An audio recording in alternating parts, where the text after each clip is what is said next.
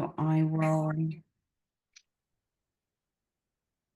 now. So hello. So good morning for those ringing in from America. Good afternoon for those who are in the UK and further around in the world. So absolutely delighted to have Dr. Joe Maddocks, who has over 30 years of experience in organisational consulting, training and research. And Joe was the chief psychologist for developmental products at Talergy and co-founder of JCA in 1993, an author of the Emotional Intelligence Profile. So we are absolutely delighted to have you with us, Joe, and running the session today. So this is improving well-being and performance through emotional and type awareness. So very warm welcome to everyone who is here in the room as well, and just absolutely delighted to have you, Joe. So over to you. Well, thank you, Sarah, and it's lovely to be back. I was at the last conference actually last year, so it's lovely that I've been invited back, and not surprisingly because this is my favourite topic. So I've been a business psychologist for 30 years. And in the last 20 years or so, I've been particularly interested in emotional intelligence. I worked for a company called JCA in the UK, and we developed a range of instruments, including the Emotional Intelligence Profile and a team version of emotional intelligence. We're particularly interested at the beginning of how people work together. So teams was our initial approach to emotional intelligence. And some of you may have read a couple of articles I've written in Typeface before now on the association between type and emotional intelligence. For me, they work very compatibly together. And I'd like to share some of that with you today, but extend that really, as the title says, to focusing on emotions. Obviously, emotional intelligence is focused on that, but more on emotions and type, and explore that. And as you said, Sarah, you know, I've done quite a bit of research in my time. I'm not an academic by any means, but my doctorate was in emotional intelligence and attitudes that might drive more emotionally intelligent behaviour. And I can share that research and paper with you. If anybody wants the slides as well, they'll be available as well. So today, I'd like to start with a little bit of background to emotional intelligence, or EQ. As we're using the label EQ because we don't want to confuse between extroversion and introversion, and a bit of history to it. So for those who are less familiar with the concept, I'm happy to do a very brief overview of that. But then dive into type and EQ, reiterating a bit of what I've said before about the how they can work together very effectively, but really extending that to looking at the third section will be exploring emotions in particular, and type. So I'd like to share with you some thoughts I have around that, and then get you to use it. Emotional intelligence is developed through experience. The emotional brain learns through doing. So let's have a go at exploring some of that practically. So that's the plan. And I thought we'd just start with a little check-in, as we call it. How are we all feeling today? So how are you feeling right now? You may have seen this or similar wheel before. There are 4 segments to it. We're going to be looking at this model a little bit more carefully later on. The top right is, are you feeling energized, excited, happy, positive? Are you feeling a bit under pressure at the moment and stressed, anxious? Maybe you're feeling tired and burnt out and exhausted, and actually this is a bit of a break for you, just being able to get away from things. Or perhaps you're feeling this is actually is a refresher. This is a time to just step back, slow down a little bit, reflect, and so forth. So let's do a quick poll and see how we're doing in this group, and get the mood, if you like. So just choose one of those for how you're feeling right now.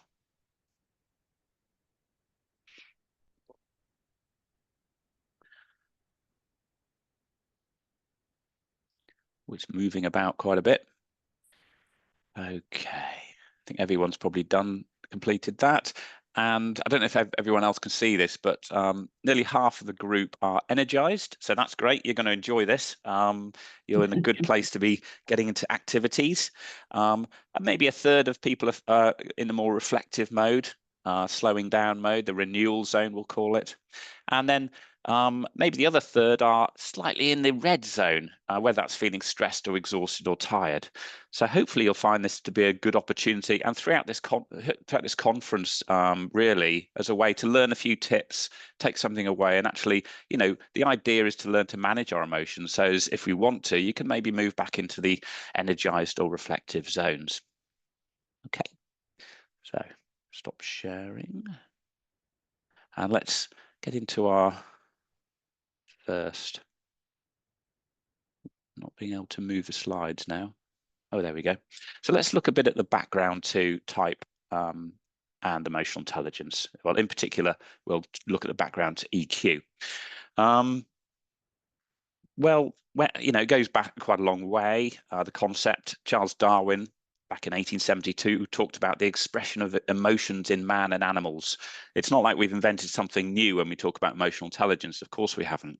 But neuroscience particularly has moved on in the last 30 years, which has helped inform a lot of what we do. The David Wechsler, who was the guru on intelligence testing in the 50s, talked about non-intellective aspects of our personality. But it was Edward Thorndike who was credited largely with the idea of social or emotional aspects of personality back in the 20s. I'd say the label emotional intelligence first came about through a psychotherapy in the psychotherapy world and in the educational sector back in the 60s. Transactional analysis Claude Steiner talked about emotional literacy, working with youngsters in particular. But there's some names you may recognize there, like the Peter Salovey, Jack Mayer, who developed the Mayer-Salovey emotional intelligence test, and Daniel Goleman, who popularized the subject, really drew upon their work in bringing it to the attention of the business and leadership world. So it's really evolved since the 90s, I would say, as a sort of psychometric approach, and in the business world. And probably in the 90s, there was a bit of overgeneralization, exaggeration, and popularization, which certainly got traction. But then there's a bit of reaction the following decade from the academic community, critiquing it, undermining it, and saying, you know, there's nothing new here. It's just an aspect of personality, and we're taking too far. So it was at risk of being a bit of a fad.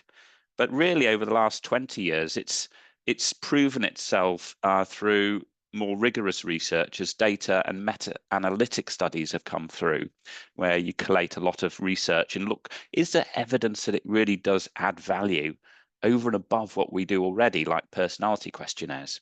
And certainly it has been shown to do so. And the jury is now back in saying, yes, there's definite value in emotional intelligence, psychometrically, statistically. But we need to also be aware of its limitations. And I'll just mention a couple of those things as we go through this talk. Okay. I think at the start, it's really important to be aware that there are two fundamental approaches to the concept. There's the model that we tend to look at, which is more related to personality and typical behavior. So you self-report about yourself and your traits. But where its origins come from are more in the maximum performance test, where it's more of an ability, right or wrong. And it's important to recognize, really, there's not a strong correlation between these two terms when you're talking about ability EI or you're talking about personality related EI. Personally, I would say the term emotional intelligence should be reserved for the ability because it's more relevant to a capacity. And certainly when we talk about quotient, we're often inferring really it's related to IQ. And it's sort of almost a fixed capacity in a single thing. Well, in my experience, emotional intelligence is not at all like that, particularly when we're looking at the typical side. It's something that is developable. It is improvable. And that's why those the likes of Daniel Goleman and his work were very popular, because he was really responding to back in the 80s, there's a lot of work showing that IQ is fixed and it predicts performance. There's not much you can do about it. And it was a reaction to that sort of thinking that people are fixed, and actually we can change, we can develop. And emotional intelligence, this managing our emotions, helps us to think more clearly. It improves our capacity and our intellectual capacity, and it improves our performance. So the cognitive aspect to it is only one side to effective behavior. So yeah, in terms of terminology, I would go down, EI, emotional intelligence, I'd reserve for the ability. I don't personally like the EQ term, but I understand why we use it here. And I tend to often use the term emotional efficacy, emotional agility, emotional creativity, even emotional literacy, I think are more specific to the area of the trait side. Okay. So what's a little bit about the evidence, particularly when we're comparing it to personality. And when you talk to psychologists, they will think of personality more in terms of a factor approach to personality and the big five, the big seven, and so forth. Tools like the Neo, which, as many of you will be very aware of, the differences between type and factor approaches to personality. So the research has shown, and the big question is, does it add value? Is it incremental evidence that using an EQ measure on top of a personality measure will add value? And the evidence is very categorically, yes, it does. And this is a bit of a snapshot, really, of some of the work. It tends to indicate about 40 to 50% added value. How do we work that out? Well, one of the ways we've been looking at is through the periodic table of personality. This is something Steve Woods from Surrey University and Anderson were looking at. And it's like the periodic table of chemical elements, if you like. It's trying to look at the broad spectrum. What are the different aspects to personality when you blend the factors of the big five factors? And it results in something like 44 different elements of personality. And if you map personality tools onto this framework, you can see which areas are mapped by personality questionnaires and which areas are mapped by emotional intelligence questionnaires. And of course, there's a lot of overlap, but there's also a fair bit of difference. And just to summarize it, I think the bottom line is that EQ measures tend to focus more on the social and the emotional aspects of personality of the big five blends. So if you're interested in that, it's called the periodic table of personality, and there's a lot of research in that area. Okay. That's a bit of background then, and that's a bit. Most of the academic research is not around type; it's around trait models of personality. But now I'm going to focus our attention more on type and EQ, and this has been my own personal area of interest. And I like this little formula, if you like, and it's one I produced about 20 years ago. I said, well, if you combine personality with emotional intelligence, you tend to get better outcomes of performance. And the subsequent research tended to verify that. So what do we mean by personality? Well, for me, personality is the what. It's your resources, your potential. And the the EQ is how you manage that. So for me, emotional intelligence is not a thing. It's more of a verb. It's something you do. It's awareness of yourself, awareness of others, noticing, managing it. It's something you actively do. So if I'm an introvert, for example, there's nothing to stop me doing these sort of things, interacting. But as type users, you'll know it's about managing our energy levels. And that's an emotional intelligence process, I think. So using emotional intelligence to manage our personality is a nice way of describing how they combine. Equally, if you're an extrovert, you might need to focus your attention sometimes, be a bit more insular if you have to be. And we all have this capacity, but the EQ bit is going to help us to be adaptable in our personality, how we manifest. And I say it goes much further than personality. If you include cognitive intelligence in that, then we know that stress interferes with our capacity to think clearly. So helping ourselves to calm down helps us to improve our IQ. Essentially, we can think more clearly, see the wood through the trees, make better judgments. So we're going to do better in our IQ if we are managing our emotions effectively, and equally if we're doing that for other people. And you can look at lots of human attributes that the same principle applies. If we are emotionally intelligent, then we can manage, say, our imagination.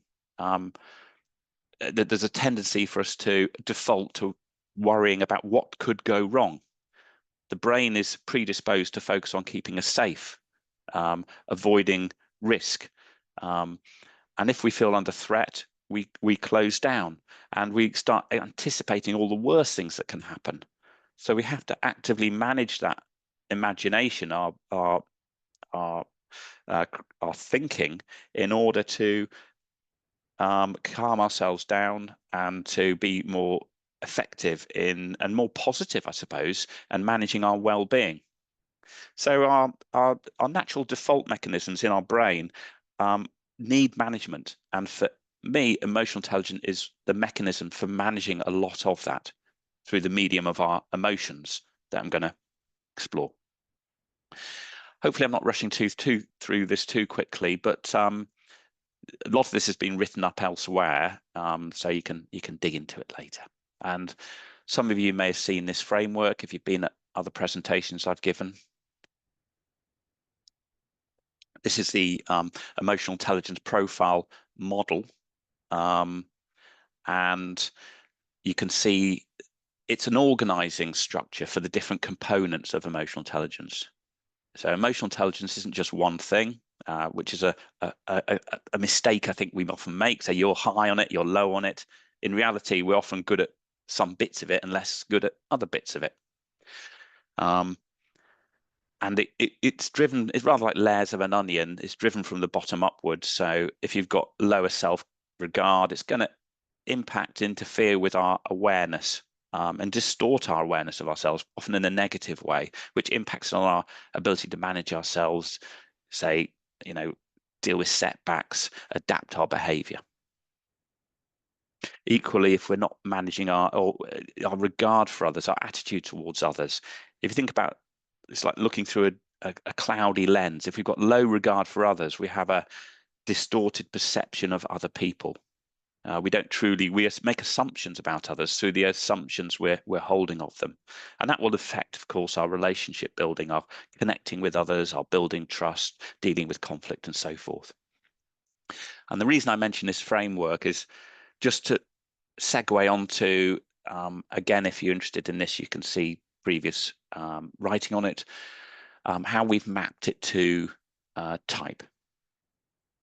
And clearly there's a link here between introversion and the intrapersonal parts of emotional intelligence on the left, so the self parts, and the interpersonal parts of emotional intelligence, the relationship building, is clearly more akin to extroversion in terms of type.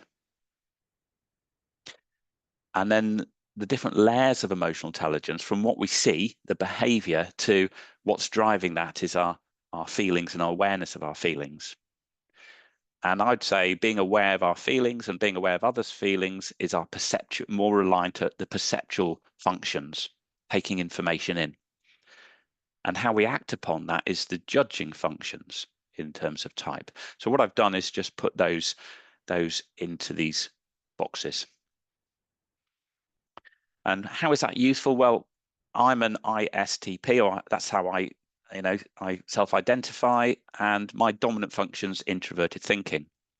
And that fits pretty neatly for me with self-management. I am pretty, I find it more comfortable. Areas like emotional resilience, goal directness, personal power, those sort of components of self-management seem to fit for me.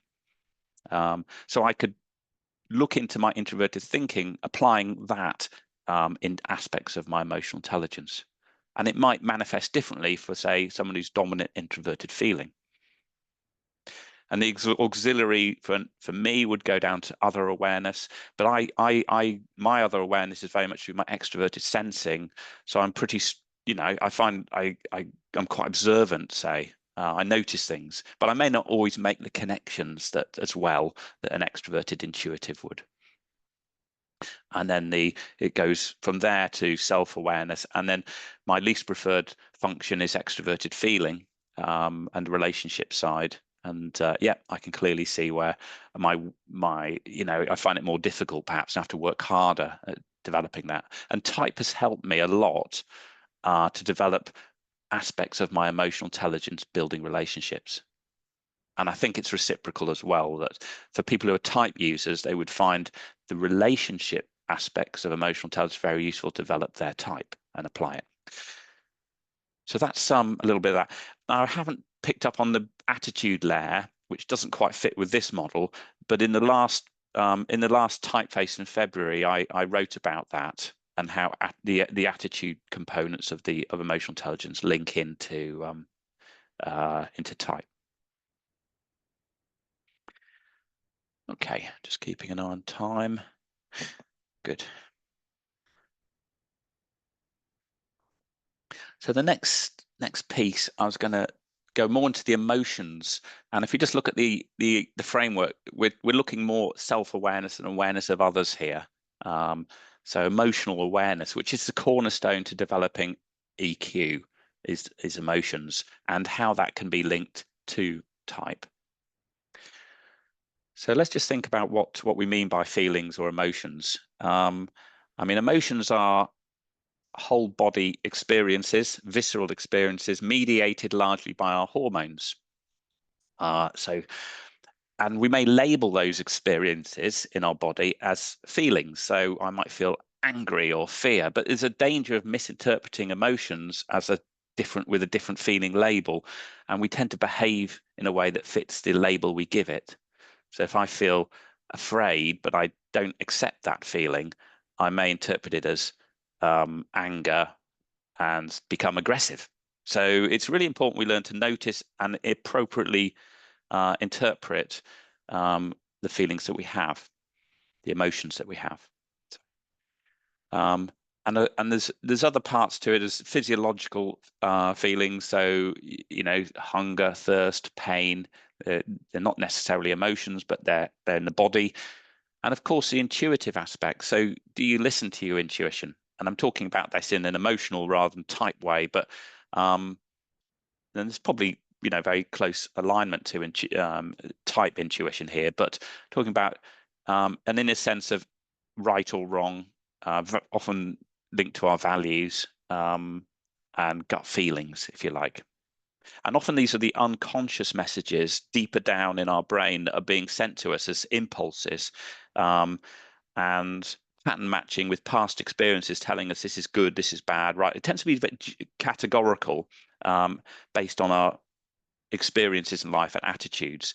But then our more conscious thinking should then check in with that, not ignore it, and say, what's that feeling telling me? Why is it there? I remember feelings are there for a reason. They're there to help us.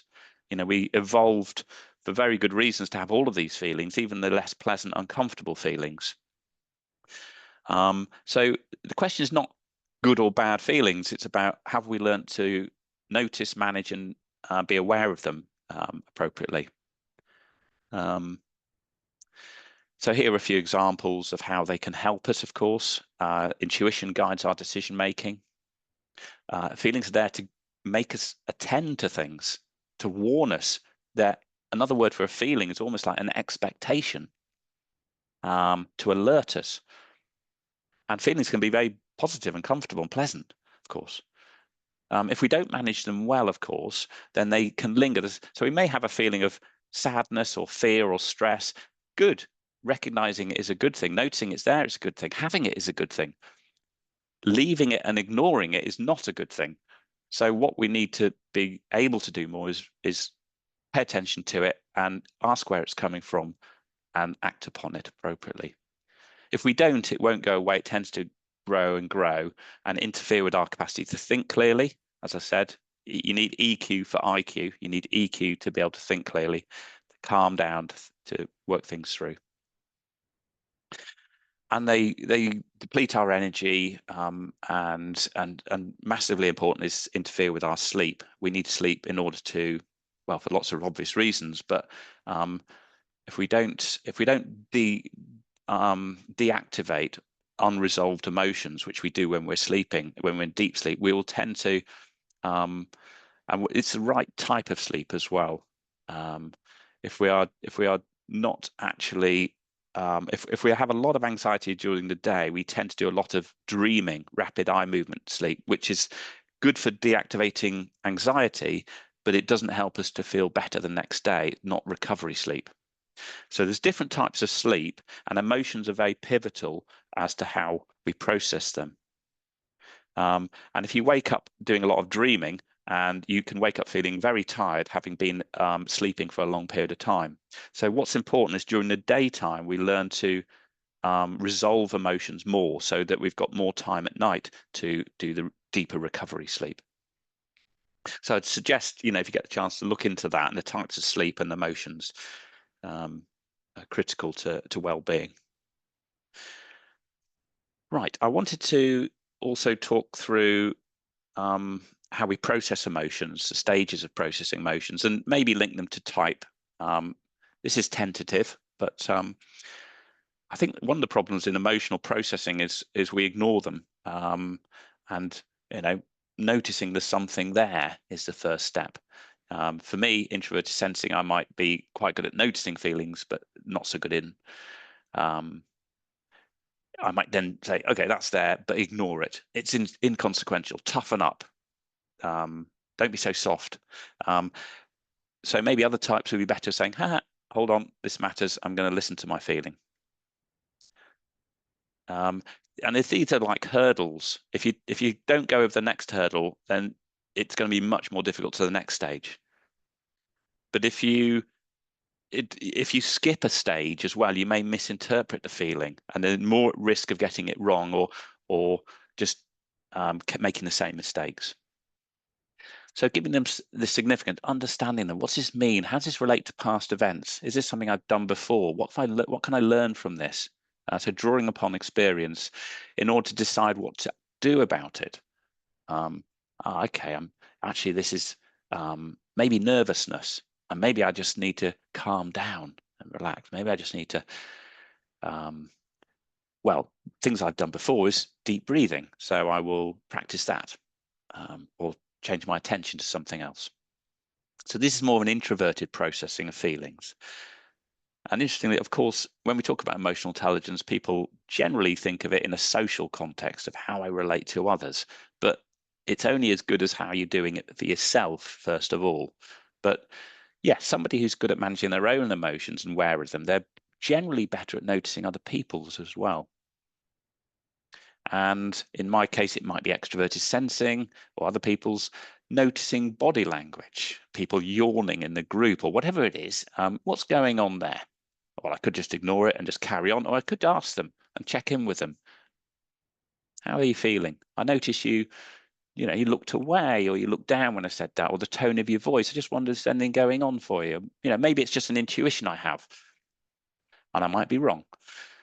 Let's discuss it, explore it, implication if they want to. So if you're in a conversation or you're coaching somebody, this might be something you do in a kind of gestalt way. You're dealing with what's very present.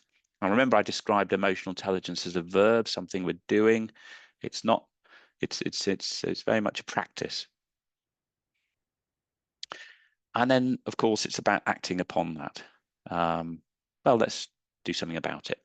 I think all too often the danger is we focus on the perceptual elements of emotional intelligence and become great insights. And I'm at danger of this myself. I might know a lot about emotional intelligence, but I don't pretend by any means I'm the most emotionally intelligent person. There's a lot more to it than knowing it. It's about implementing it, and that's where a lot of the skills come in. Okay, so let's start looking at, I'm just keeping an eye on the time. Right. So I'd like to share with you a model and a way of organizing our understanding of emotions. This is one taken from James Russell. the circumplex of emotions, he called it, back in the 1980s, the circumplex of emotions. And he would say that emotions have different levels of intensity. It can be strong, very noticeable, or quite low and like mild. And of course, feelings can be very comfortable, positive, enjoyable. And they can be, I've used the word negative and red because it's just something that people can tune into, but actually it's about, are they comfortable? Are they pleasant? And if they're unpleasant for a reason. They're unpleasant to move us away from things, to avoid things, to do less of it, or to pay attention and recognize. Which, if you put those together, you get 4 boxes. And this is pretty much what I showed you at the beginning. Strong emotions that are positive, top right-hand corner, are energetic, excited, happy. And if you move around the circle, and we tend to go around this circle anti-clockwise. So people often start off feeling quite enthusiastic, but then it gets a bit too much. It gets too tiring. And this is where you get overwhelmed. It's stress, if you like. There's more demand than resources available. And it can bring out some of our less favorable behaviors like feeling angry, anxious. And if you carry on down that route, the danger is you're going to eventually burn out, get exhausted, switch off. And it doesn't have to be burnout as in the clinical sense. It could just be had enough, feeling a bit tired. Yeah. So the less intense version of burnout would be bored for me. I'd describe myself as, disengaged, I suppose. In fact, you could put a large part of certain workforces in that segment of not motivated. But the route out of that cycle, of course, is not to stay there, but to go into the renew zone. And not waiting till you have your 6-month holiday or something, or to the weekend. Renewal is also about the moment to moment, day to day. What is it that helps you to maintain yourself, your well-being for prolonged periods of time? Day to day. Yes, you can cope with a couple of days of challenges and so forth, but even then, you go away and have a walk, have a breather, chat to somebody, whatever works for you. Make sure you realize what that renew activity is. Okay, and you'll notice in the center there we've got more core emotions. And there's different models for this, but they're some of the core essential emotions. And the great thing for me about emotions is they are universal. We share them across cultures, across age groups. All human beings have them. Some may be better at noticing them and managing them, but unlike language, they are shared. And if you blend them together, then you can get infinite numbers of labels, if you like, feelings, combinations. Right, that's enough for me waffling on. Let's get you to have an activity or two. And I'd like you to just, you're going to sit down in groups of 3, and I'd like you to just share, when are you in each of these zones? And in particular, when do you go into the red zone? And when are you more in the sort of the positive green zone? So when are you stressed or burnt out? And when do you feel energized or renewal? And just share it with the people in your group. That's all. Have a chat. And I'll give you 7 minutes to do this. So you're not going to have long. So just give each person a couple of minutes each to have a quick expression of where they spend a bit of time. Okay, so I will pause the recording again. Okay, welcome back. Oops, I'm just going so I do want to fit in one more activity, but it'd be useful just to have maybe 1 or 2 people just get their reactions to that little activity. Anybody like to chip in? In our group, when we were talking about the stress, there seemed to be a lot of JP thing going on, Right. mostly from the J's actually. That the things that stress us are time pressure, not getting our stuff done, and things like that. Mm. And in the happy zone, we started talking about much more the experiential and perceptive and sort of sensing stuff, like looking at nature, going for walks, feeling the sun on you, nice food and all that stuff. Oh, that's interesting. Yeah. Sorry, but I hope I didn't mess up your answer. No. I mean, I'm not. You know, that's why it's interesting to talk to real experts in type, because how does this fit with that area? And what you've just said, the JP thing and the stress, and yeah, and the experiential stuff about sensing. I'm just thinking about myself a little bit. Yeah, I can relate to it personally, so that's insightful. Anybody else like to chip in quickly? To report on our group, if you could hear me okay. Yeah. Cool. Yeah, I think two things really. Amazing INFJ, Bill was INFJ, the other one, Mark was INFP. The big thing was conflict for the red zone, probably unsurprising. But a personal observation was, but also something that Mark commented on, was being forced to react too quickly. So it was quite interesting being in a room with 3 INFs and how long it took us to process stuff. Just an observation there. Yeah. Thanks, Bill. I'll just throw in one as well. I think some people have said to me that introverts tend to go more into the renew zone as a sort of, you know, a place, and extroverts into the energized zone as a place.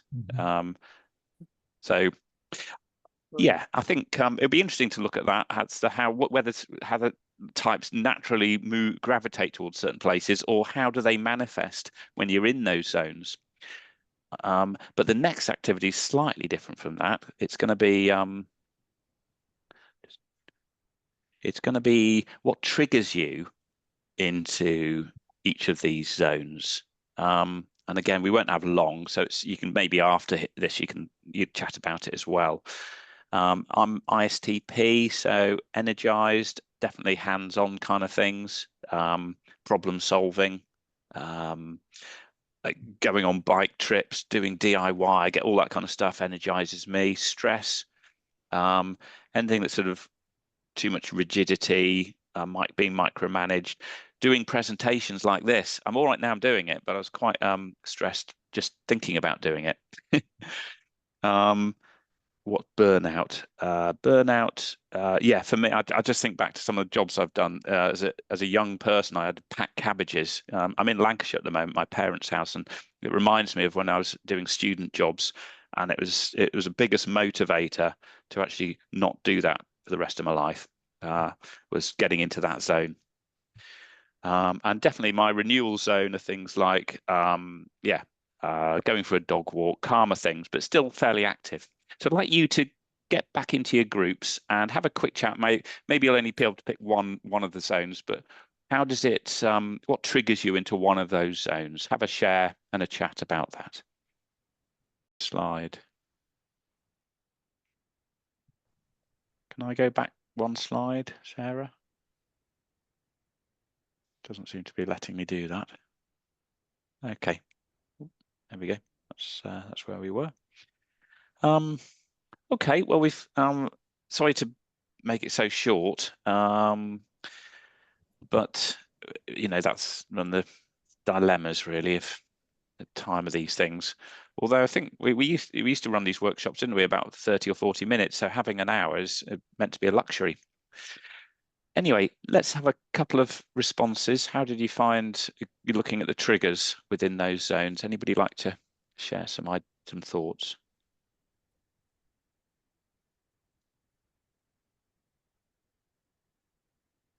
I don't like sitting like this.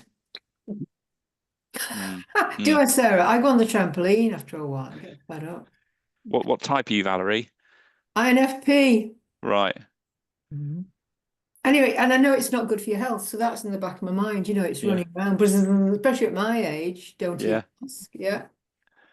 So there we are. Yeah, for I an have exercise. I have noticed that it definitely corresponds with personality. It's a high correlation with personality type. Mm, mm. Yeah.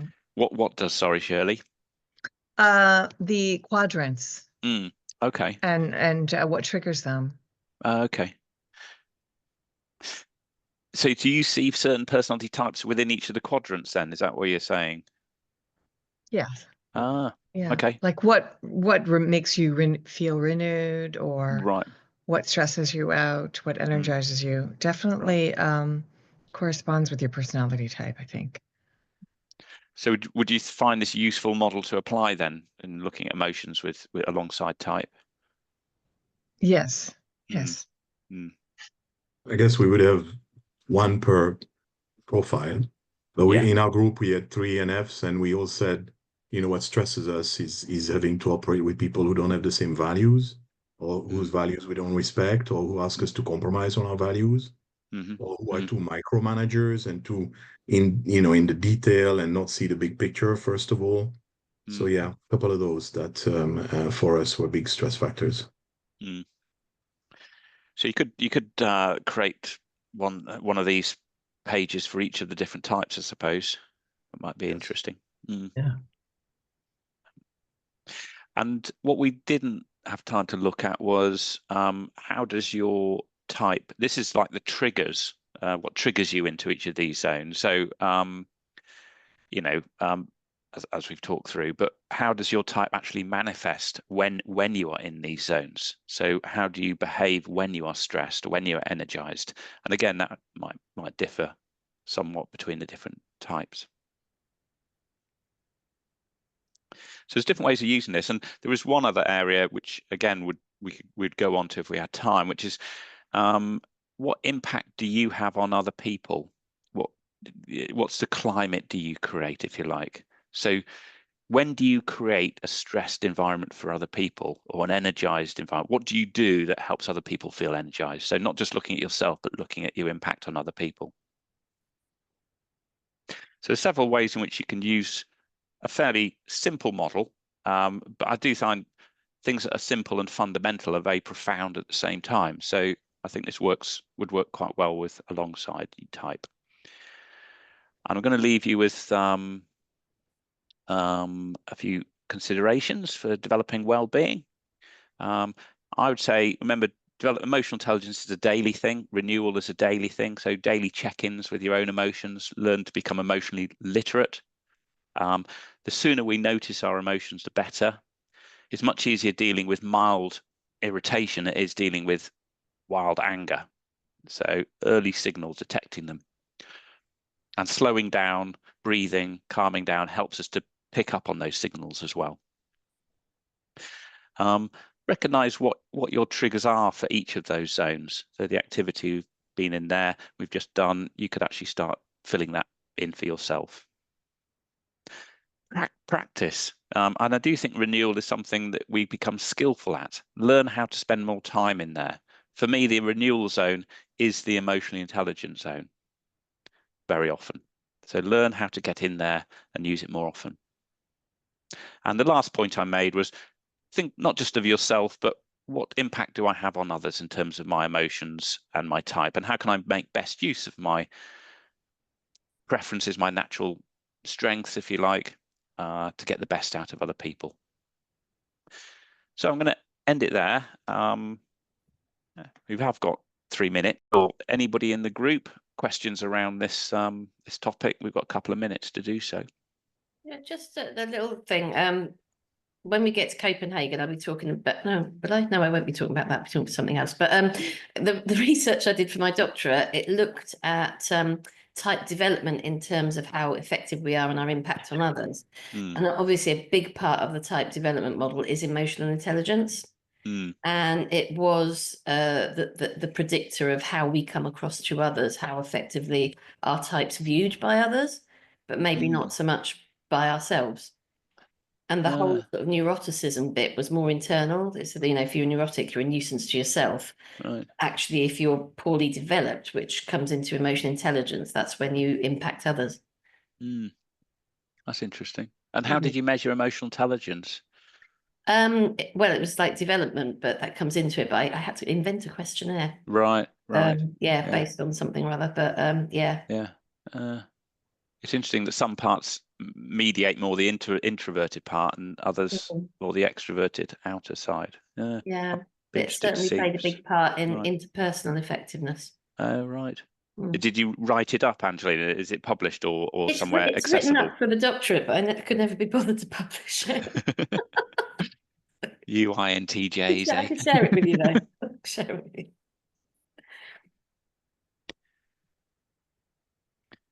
Any others? I've got time for one more, maybe. One thought and like a reaction to it. I remember at some point in my type training, I think, an experience, somebody said the best way to relax is to switch off your dominant and auxiliary, which worked for me. Took that literally and I put it into practice, but I don't know whether that's something that is generally shared. We talked a bit about that in our yeah. group about actively and positively engaging your inferior function, which is something I'm sort of researching at the moment. It's a source of relaxation, but it has to tie in a bit with whether you're introverted or extroverted. You must, it's a story for another day. Gosh. Well, that's a bombshell to leave this on, isn't it? All right, I'll be in the bar if anyone wants to follow it. Wonderful. So, and I think that just demonstrates just the richness, to Joe's point, you can have what looks like a very simple model and there's so much richness kind of behind it. So that's the end of our session. And I know I speak for everyone in the room to say thank you, Joe, for just walking us through that in your wisdom and knowledge and experience. And so thank you very much indeed.